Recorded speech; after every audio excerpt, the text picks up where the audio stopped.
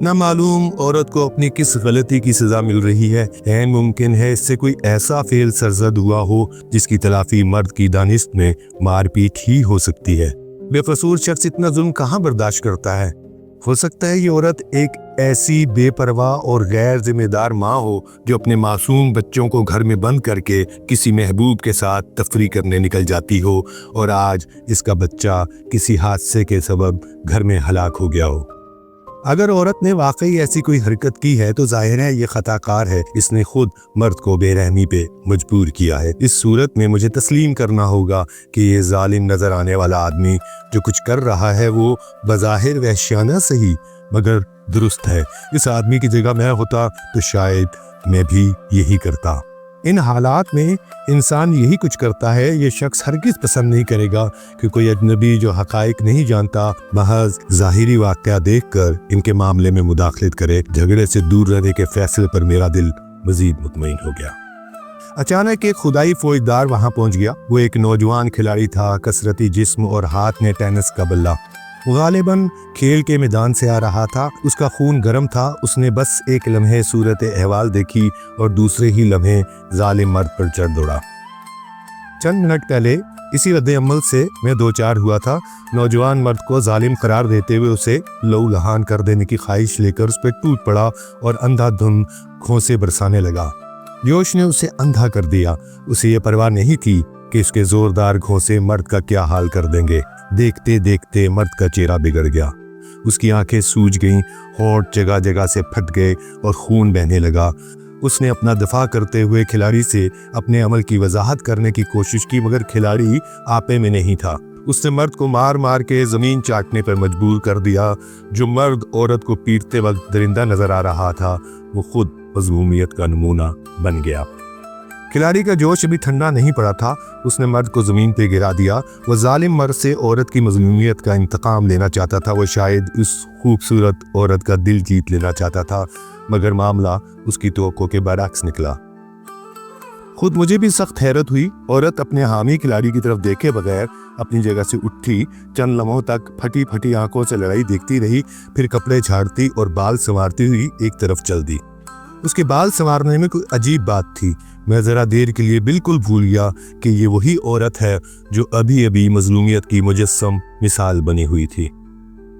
اس کے بال سنوارنے کا انداز ایسا تھا جیسے اسے کہیں جانے کی بہت جلدی ہو، اور وہ واقعی تھی بھی بہت جلدی میں۔ وہ تیز تیز چلتی ہوئی وہاں سے ایک دم غائب ہو گئی۔ کھلاڑی اس کی روانگی سے لا علم تھا۔ اس کی مار پیٹ جاری رہی۔ اسی اثنا میں ایک اور راہگیر وہاں گیا۔ اس کے ساتھ ایک کم سن لڑکا بھی تھا۔ راہگیر اگرچہ کھلاڑی کی طرح کثرتی جسم کا مالک نہیں تھا مگر اس سے کمزور بھی معلوم نہیں ہوتا تھا۔ وہ غالباً کم سن لڑکے کو اپنی بہادری کے قصے سناتا ہوا آ رہا تھا، لہٰذا یہاں آ کر اس کے لیے ضروری ہو گیا کہ لڑکے پر اپنی بہادری ثابت کرے۔ ویسے بھی یہ بے جوڑ لڑائی اس کے لیے تشویش کا باعث تھی۔ ایک ہٹا کٹا نوجوان اپنی عمر سے بڑے ایک ناتواں آدمی کو بری طرح مار رہا تھا۔ یہ ایسا ہی تھا جیسے کوئی مستنڈا کسی کمزور عورت پر تشدد کر رہا ہو۔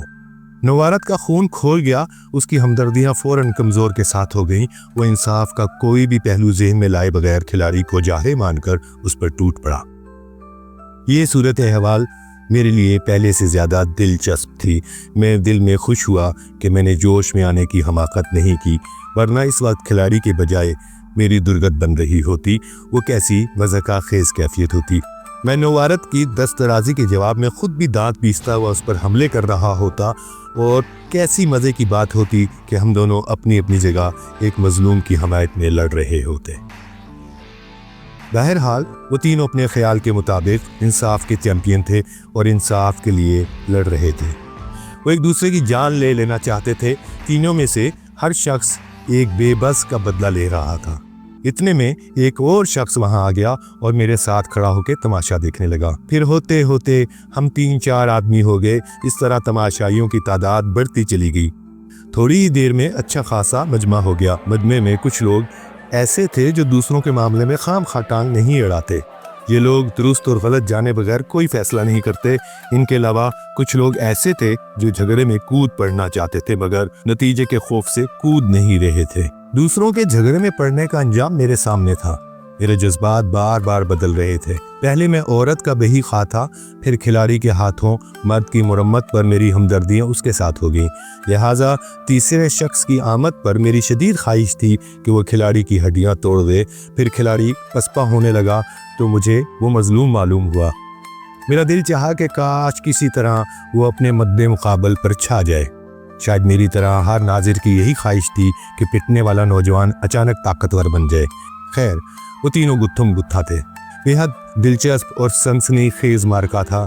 کبھی کھلاڑی نووارد پر چھا جاتا، کبھی نووارد اسے مغلوب کر لیتا، کبھی پہلا مرد اور نووارد مل کر کھلاڑی کو زیر کر دیتے۔ لطف یہ ہے کہ وہ تینوں بیک وقت مظلوم بھی تھے، ظالم بھی، تینوں انصاف کے دھنی، پیٹ بھی رہے تھے، پٹ بھی رہے تھے۔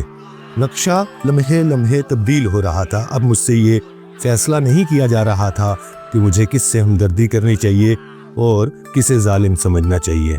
تینوں میں سے مظلوم کسی کو قرار نہیں دیا جا سکتا تھا، نہ وہ منصف تھے۔ انصاف کے نام پر تینوں نے دراصل ظلم کیا تھا۔ حقیقت یہ تھی کہ انہوں نے انصاف کو کمزور کیا تھا۔ آخر انصاف کے اصل رکھوالے وہاں پہنچ گئے۔ پولیس والوں کے آتے ہی لڑائی یک بیک ختم ہو گئی۔ وہ تینوں شرمندہ ہو کے ایک دوسرے سے الگ ہو گئے۔ عورت کو مارنے والا مرد جو فساد کی جڑ تھا، وہ سوجی ہوئی آنکھیں ملتا ہوا ایک طرف ہو گیا۔ کھلاڑی اپنی زخمی ناک سہلاتا ہوا ٹینس کا بلہ تلاش کرنے لگا۔ آخری سورما کو کم سن لڑکے کی فکر لاحق ہوئی۔ اس کے ہونٹ بھی زخمی ہو گئے تھے۔ پولیس دیکھ کر تینوں کی اکڑ فون رخصت ہو چکی تھی۔ اب تینوں کو مرہم پٹی کی ضرورت تھی۔ میرا خیال ہے تینوں افراد کو منصف بننے کے گناہ کی سزا مل گئی تھی، یا یوں کہیے کہ انصاف کے تقاضے پورے ہو چکے تھے۔ میں زیر لب مسکراتا ہوا وہاں سے چل دیا۔ میری سمجھ میں آ گیا تھا کہ قانون کو اندھا کیوں کہا جاتا ہے۔